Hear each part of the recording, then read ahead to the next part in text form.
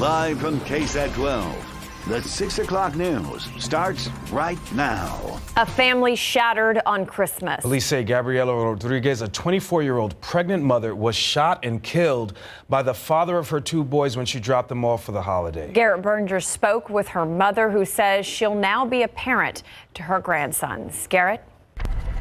Well, Rodriguez's mother, Rosario Gutierrez Garcia, told me she feels like she's still in disbelief.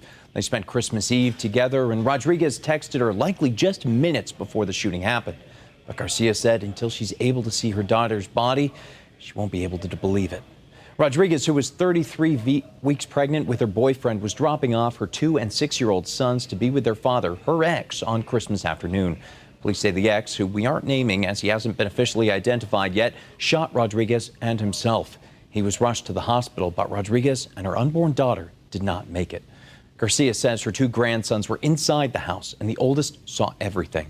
Now with their mother gone, and quite possibly their father too, Garcia says she and the rest of her family will be there for the boys. It's going to take a team, but we're going to be fine. We're all going to do it together. We're a close family, so they're going to be raised up as the way Gabby will want her sons to be raised up. Good boys. When I asked how Rodriguez would have wanted her sons raised, her mother says as honest, caring, and loving men, and educated. Now, Garcia says Rodriguez and her ex had a tumultuous relationship when they were together, but she wasn't expecting something like this.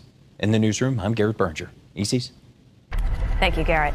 Overnight, a wrong-way driver leads police on a chase, ramming into multiple cars before a crash ends it all. Max Massey covered the story throughout the morning, and he tells us how the chase ended. This was the scene at Alamo Toyota just before midnight last night. Police vehicles surrounding the entrance of the car dealership near 281 and 1604. But this is not where the situation started. Police on the scene telling us just after 11 o'clock, an officer spotted a man in a red station wagon driving the wrong way down Hardy Oak Boulevard near Sonterra.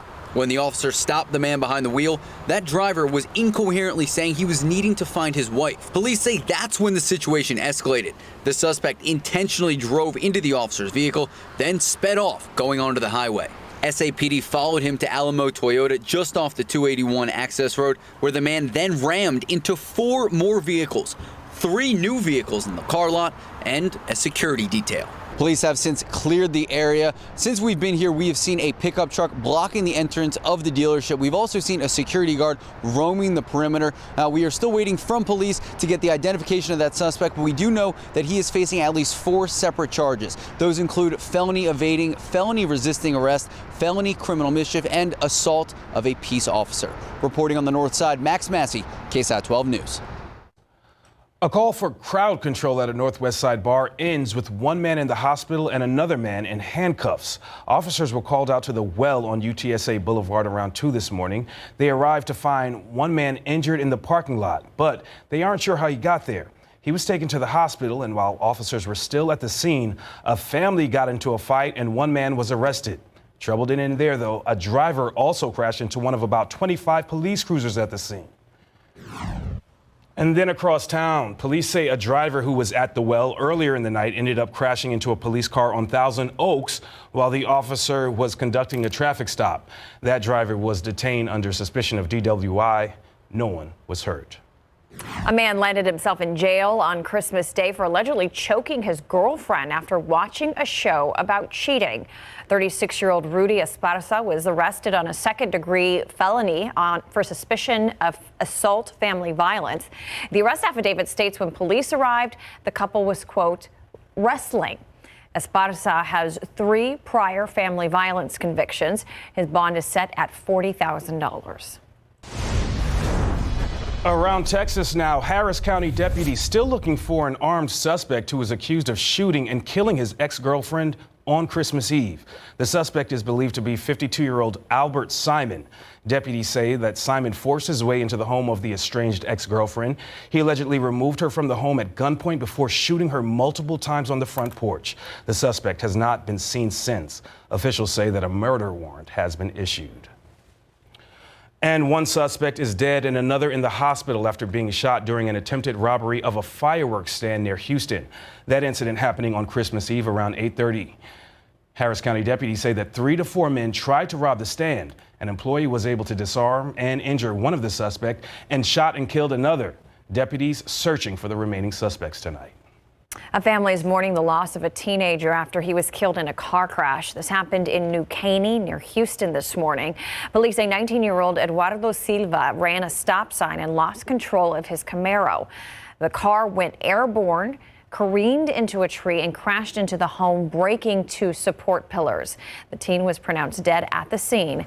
No one inside the home was injured. As the bitter partisan fighting over impeachment continues, a key Republican senator now speaking out, saying that she was disturbed to hear Senate Majority Leader Mitch McConnell say that he was, quote, in total coordination with the White House. This as President Trump continues to rail against Democrats, accusing them of treating him unfairly. Here's ABC's Inez de la Cutera. Go ahead. Thank you. President Trump still on holiday in Florida, but still fuming over impeachment, firing off a new string of attacks on Democrats this morning, blasting House Speaker Nancy Pelosi, slamming her California district, and criticizing her for threatening to delay his Senate trial by withholding articles of impeachment from the Senate. She hates the Republican Party. She hates all of the people that voted for me and the Republican Party. Pelosi is refusing to take the next steps in the impeachment process, explaining in a letter to her colleagues, it now remains for the Senate to present the rules under which we will proceed.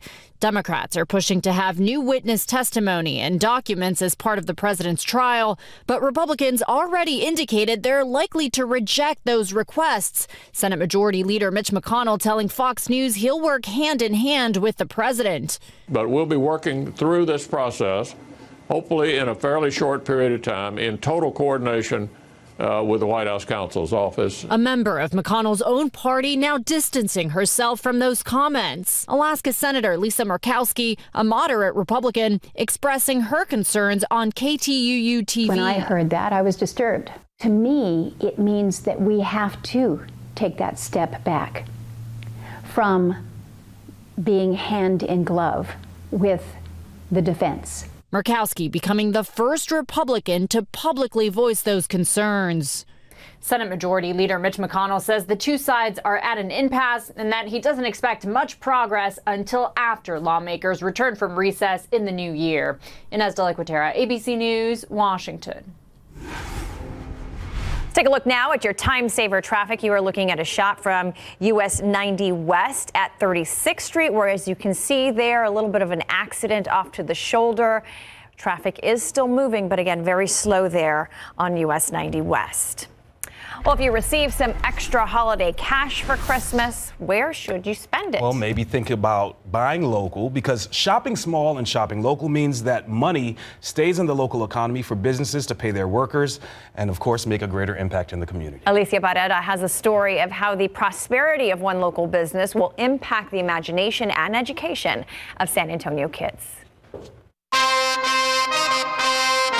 Talking about the local car wash, where those cars never seem to stop coming. Those rags and machines keep humming at Bubble Bath Car Wash. It gives us the resources to continue not only building our staff and building our sites for our customers. The profits have allowed President Nicolas Lopez to take their bubbles to another level, where the small and mighty can explore.